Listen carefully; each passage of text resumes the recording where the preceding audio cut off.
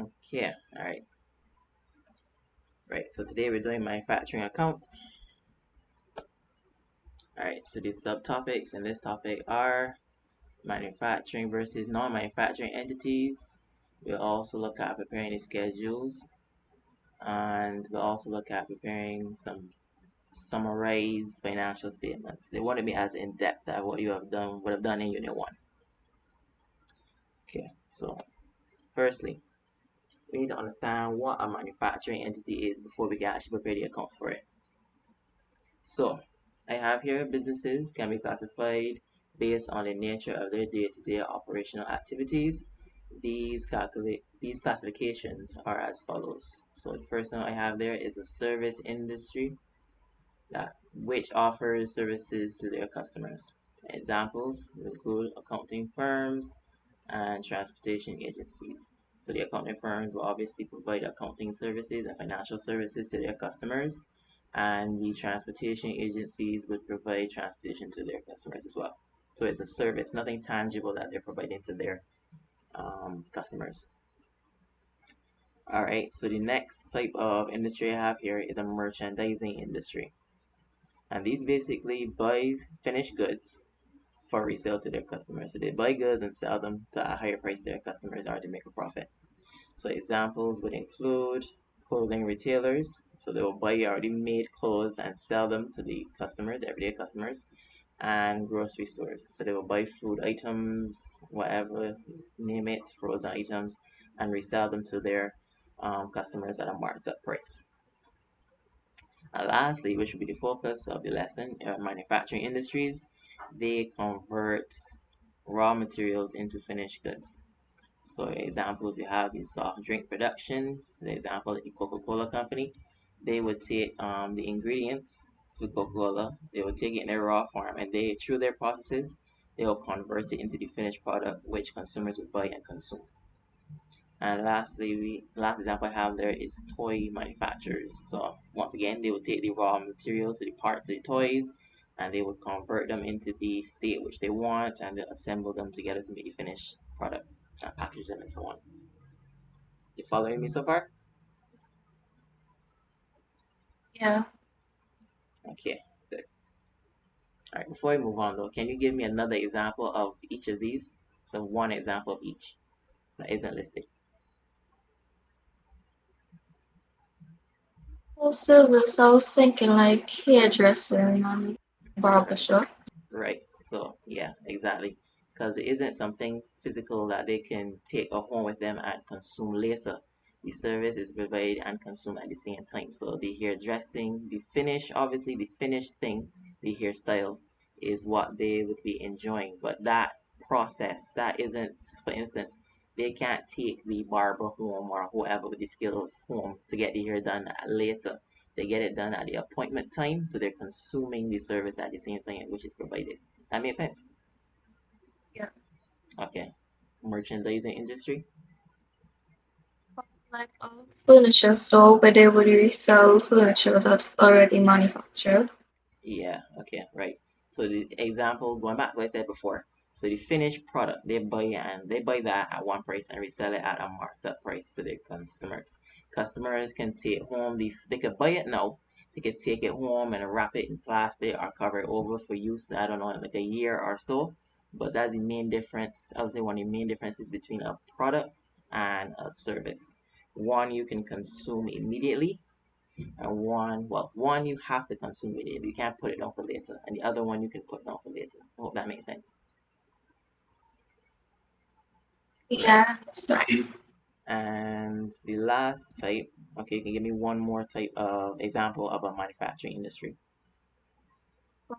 The first thing that came to mind was actually furniture again, but it would be like they're taking the lumber and turning it into like tables and chairs. Well, into finished goods. Okay, good, good. That means you understand what I'm saying, then. All right. I believe the next slide is okay. Right. So I gave you some businesses. I think some of them would have already been mentioned just now in your examples. But I want you to classify each of them as either service, merchandising, or manufacturing. So let's start from the top. How would you classify hotels? Service. Service. Okay. Wineries. Is that where they make the wine or resell it? Because I don't think it will be a service. I just Winery not sure.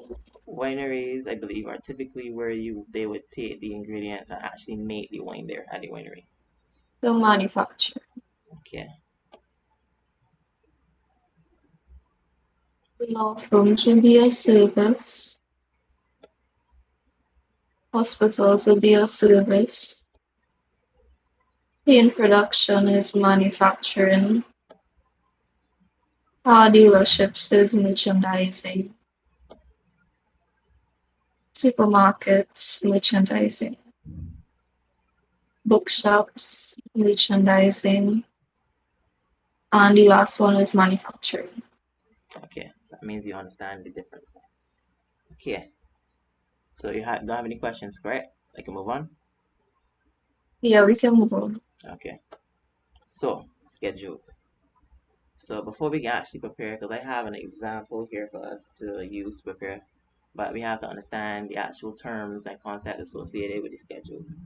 So the first term I have there is direct material, and you can maybe define it as the raw or natural resources used to create the goods. So example what you gave earlier would be the wood or lumber used to make furniture. The next term I have here is direct labor, which refers to the cost of the time spent by the individuals who actually create the goods. Okay, so that would be the wages of the factory line workers. For instance, in the previous example, we talked about soft drink production. So there'll be workers along the factory line, along the processes, who make sure who not only operate machinery but will also make sure that the product process creation process is going along smoothly. So the time these people spend, and time spent is very important there. The cost of the time, sorry, because you are actually paying them for their time.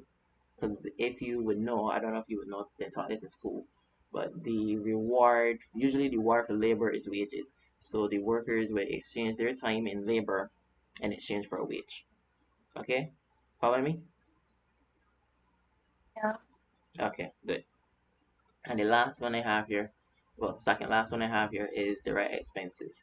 So this refers to other necessary costs incurred while creating goods. Example, licenses for equipment, royalties to some franchise, etc. Patents can also fall into that area. For instance, if it's a particular type of, um, I don't want to use that word patent, but if it's some process or mechanism that has been created by an individual and registered, then you will have to pay them for that process because it is rightfully theirs. So all those things, any other costs that wouldn't fall in the category of raw material or time spent actually of individuals who actually create the goods will fall into direct expenses. Okay, only if it's necessary. So if you need this particular type of equipment to create the soft drink, but you also need to purchase a license to operate that equipment, then that will be a necessary cost associated with the creation of goods and services. Well, goods, sorry, goods. All right, and the last thing I have here on this slide is prime cost. So prime cost refers to the total of all direct costs, which we listed before, um, associated with the creation of goods. So these costs can be directly, or for a better word, specifically traced to the creation of these goods and services. Sorry, I keep saying services. These goods.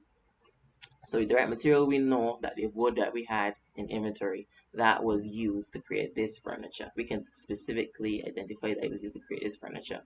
The labor, looking at the timesheet or whatever source document, we can specifically identify who works on what product and for how much hours or whatever the time may be.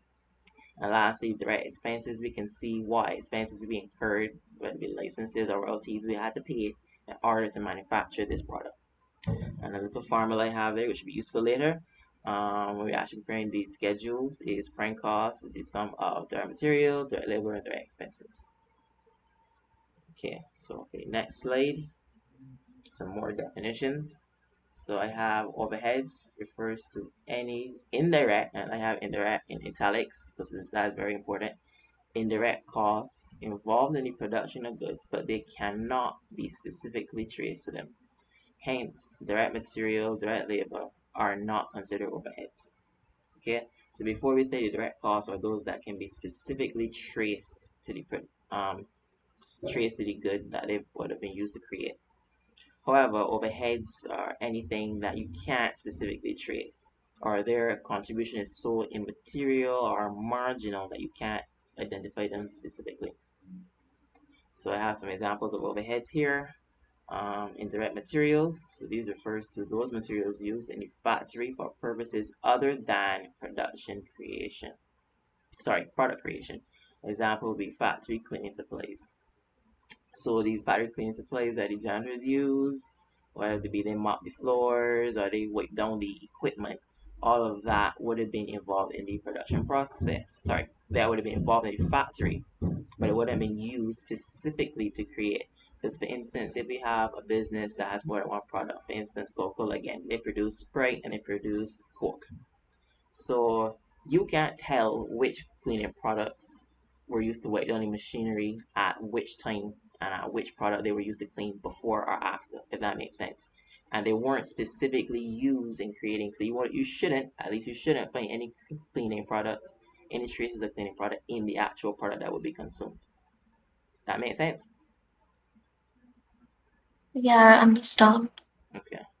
And next thing I have here is indirect labor, which refers to wages paid to factory workers who aren't actually involved in product creation. So once again, they're in the factory where the production is taking place, but they aren't actually involved in the production process. So be factory supervisors or managers. So the people who basically, as it says, they're manage or supervise or oversee the ones actually producing the products. And lastly here, I have indirect expenses. This refers to other indirect costs incurred as a result of factory operations, but cannot be specifically traced to product creation. So example, factory rent. It is a cost that we have to pay, but if you could think about it, we could pay a factory rent, but we cannot produce anything for the whole month we paid rent for. So it is a cost that we have to pay for the factory, but we can pay that and still not produce anything, as well as insurance, heating, all of these things. All these things are associated with the factory, but not directly associated with production. Okay, and the last two terms I have here are work in progress process um, and conversion costs. So it defines work in process as unfinished or incomplete products at the end of the accounting period. Now, so the reason why we have to include this in our schedules, and the reason why we have to account for it, is because if you think about it, we're in process, as I said, there is unfinished. So the accounting period is fixed, okay? Has a start and an end time. But production usually, or most cases in factories, is more of a continuous cycle. So it will usually start at when the businesses start or the factory is open. Wait 1 second.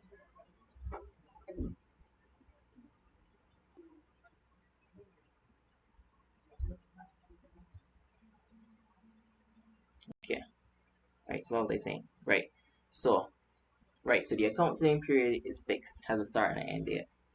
And production in factories is usually in a continuous manner. So you would not be ending. So for instance, if the accounting period, let me say, starts at the beginning of January, ends at December, the factory isn't necessarily going to shut down because for accounting purposes, so that they can account for what has been made. They would continue. What accountants would do is at the end of the accounting period, they will only account for what has been manufactured up to that point. Because they can't write continuous numbers, because financial statements aren't dynamic in the sense that the numbers would change, if that makes sense. So they can't report we produce $1 million worth or whatever one day and the next day number changes, because it has to stay the same on the accounting statement itself. So the work in process, so up to that point, what work hasn't been completed will be included in that category, right? And conversion costs refers to the sum of direct labor and factory overheads. So basically, the costs which were incurred while transforming direct materials into finished products. Okay, any questions? Yeah. Understand the conversion cost, but I don't understand. Like, why is it direct labor through overheads and not direct labor and direct material? Okay, so okay, so conversion costs. We have to we are basically saying this is the cost of converting the direct material from the raw form to the finished product. So in order to convert the direct material from the raw form to the finished product, we have to employ people and pay them for the time they actually create the product, and two, incur a bunch of other costs that wouldn't fall into the previous two categories. So we can't include direct material in the cost of converting direct material.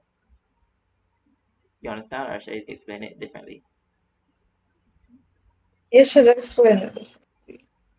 Okay, okay. Let me see.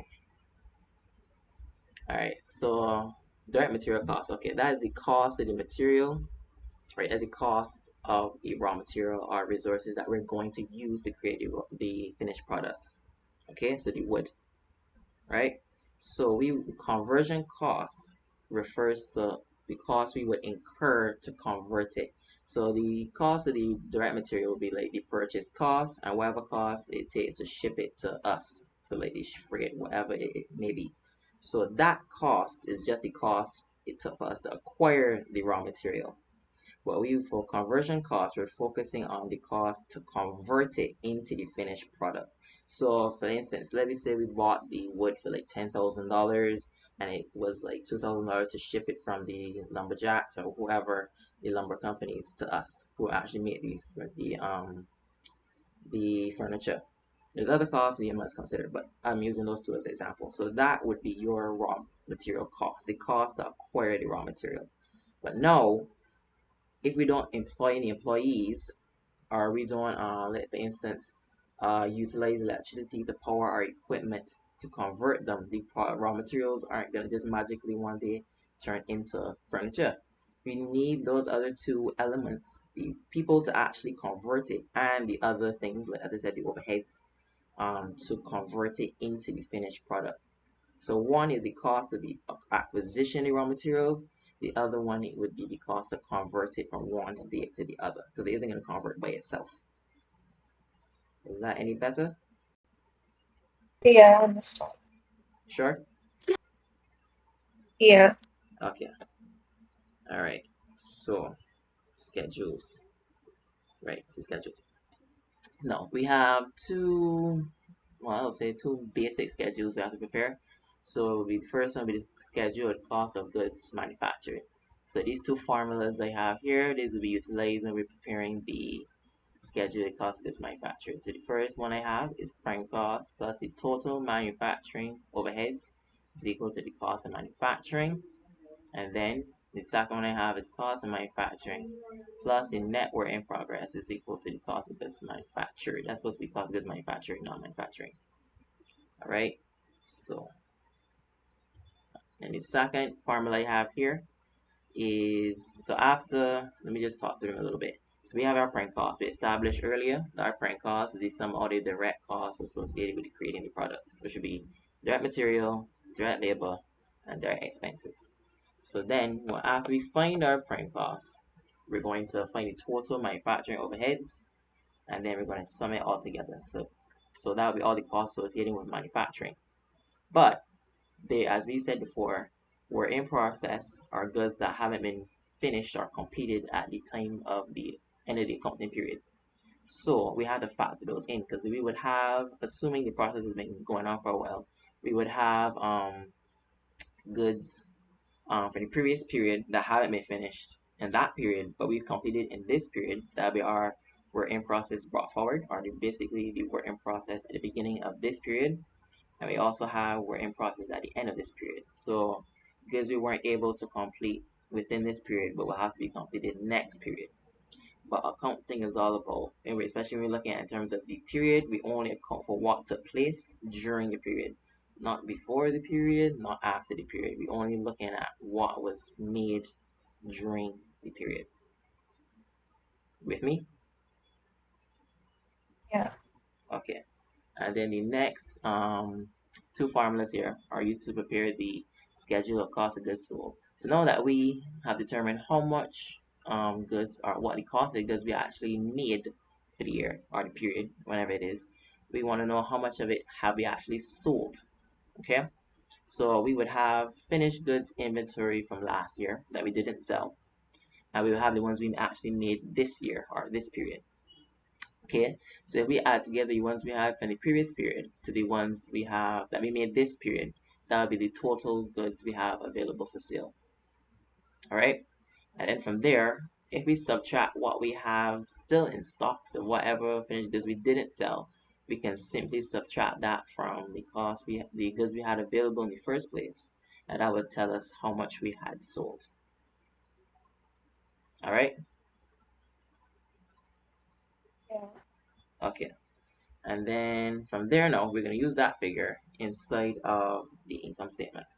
So the income statement, as I said earlier at the beginning, is be very basic compared to what you would have done for Unit 1 accounting. So the cost of goods sold, we subtract that from the sales, and that would give us our gross profit. So the profit before we deduct any expenses. And then after we deduct the operating expenses, so that would be administrative as well as the selling and distributing expenses, we would get our net profit. And okay, so we're going to work through an example. So we're going to prepare these two schedules: cost of goods manufactured, cost of goods sold, and a summarized income statement. Okay, so we're going to prepare it. All right, so let's see.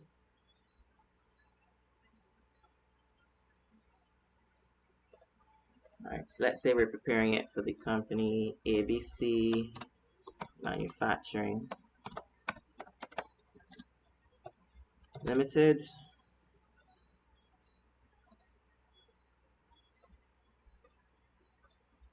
All right, you always write the name of the schedule or statement you're preparing.